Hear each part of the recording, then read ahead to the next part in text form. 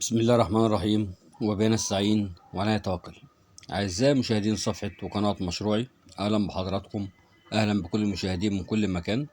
حلقة النهاردة هتكلم مع حضراتكم عن حاجات لازم ولابد أي مربي بيربي أرانب في فصل الصيف لازم يعملها علشان يحمي الأرانب بتاعته من ارتفاع درجة الحرارة والإجهاد الحراري.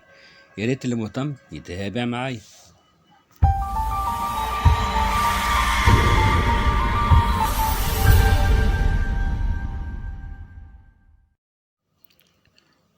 ورجعت لكم بعد الفاصل عشان أتكلم مع حضراتكم عن 9 حاجات رئيسية لابد إن المربي يعملها في تربية الأرانب في فصل الصيف، تجنبا لدرجة الحرارة العالية والإجهاد الحراري للأرانب اللي بيسبب الوفاة. طبعا اتكلمت مع حضراتكم في الفيديو اللي فات عن الإجهاد الحراري وإيه هي أسبابه. الحلقة دي إن شاء الله هتكلم إزاي تتفادى الإجهاد الحراري عشان تعدي مرحلة الصيف دي على خير إن شاء الله. ومن هنا طبعا أقول لكل المربيين، لو حضراتكم اتبعتم الخطوات اللي أنا هقول لحضراتكم عليها دي، من السهل جدا إنك تربي الأرانب في الصيف وتنتج نفس الإنتاج اللي كنت بتنتجه في الشتاء هتنتجه في الصيف، ومشروعك يستمر ويزدهر ويزيد. نرجع لموضوعنا، وهو أول حاجة لازم نعملها في تربية الأرانب في الصيف، وهي شايفين الأعداد في العيون البطارية كتير إزاي. انا طبعا اول حاجه بعملها في الكلام ده كله ان انا بخف الاعداد دي خاصه للفطام، لان طبعا في مربين كتير بتحط الارانب الفطام كلها في عين واحده او في عينين، فبالتالي بيحصل ازدحام مع طبعا درجه الحراره العاليه، بيبتدي الارانب يجي لها حاله اجهاد حراري، فبتبدا طبعا بخف الارانب الفطام، وبتخلي كل عين فيها ارنب او ارنبين كفايه قوي. تاني حاجة لابد طبعا مع دخول فصل الصيف من تركيب شفاطات ومراوح داخل العنابر الخاصة بالأرانب عشان تعمل على تهوية المكان وتحد من درجة الحرارة.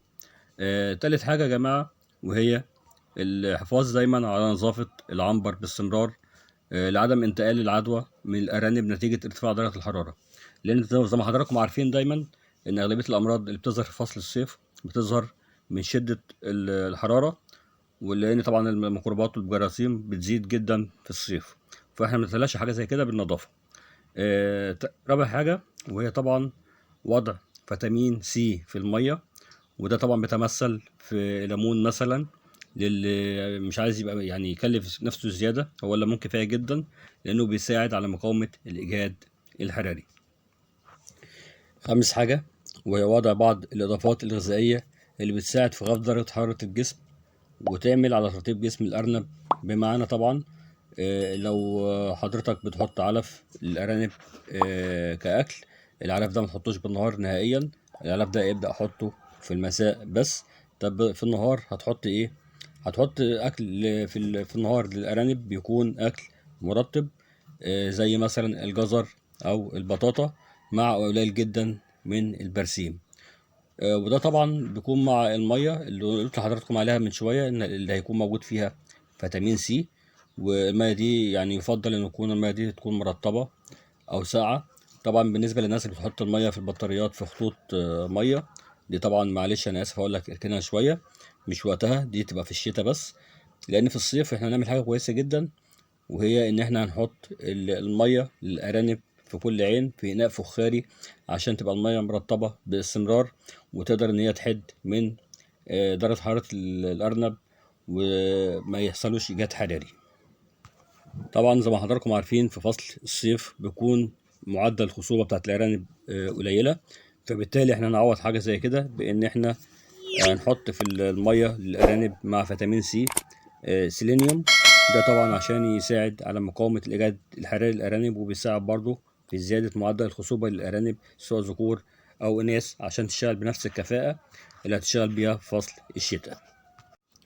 سادس حاجة، وهي الاهتمام بمعدل الأملاح المعدنية الموجودة في الطعام اللي بتناوله الأرنب، ده طبعا عشان يحصل توازن بين الأحماض والكرويات الموجودة في الدم، وده طبعا بيحمي الأرنب من الإجهاد الحراري.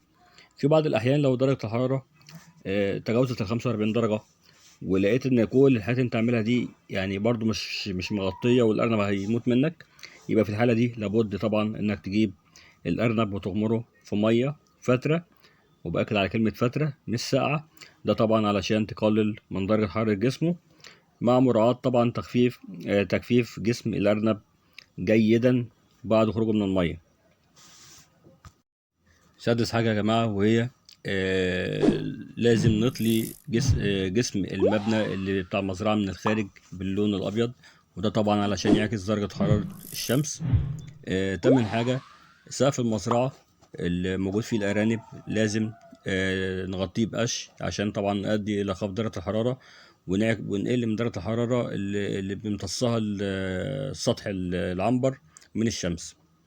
تاسع حاجة وهي الحاجة الأخيرة، وهي زراعة أشجار حول العنابر لتهدئة ارتفاع درجة الحرارة. طبعا لأن الأشجار زي ما حضراتكم عارفين بتدي روح كويسة، وبتعمل على ترطيب المكان، وفي نفس الوقت ظل الأشجار بيعمل ظل يعني الأشجار بتعمل ظل على المزرعة، فبالتالي بتحد من ارتفاع درجة الحرارة فيها.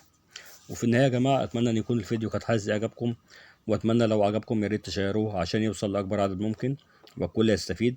والسلام عليكم ورحمة الله وبركاته، مع تمنياتي للجميع بالتوفيق والنجاح إن شاء الله. والسلام عليكم ورحمة الله.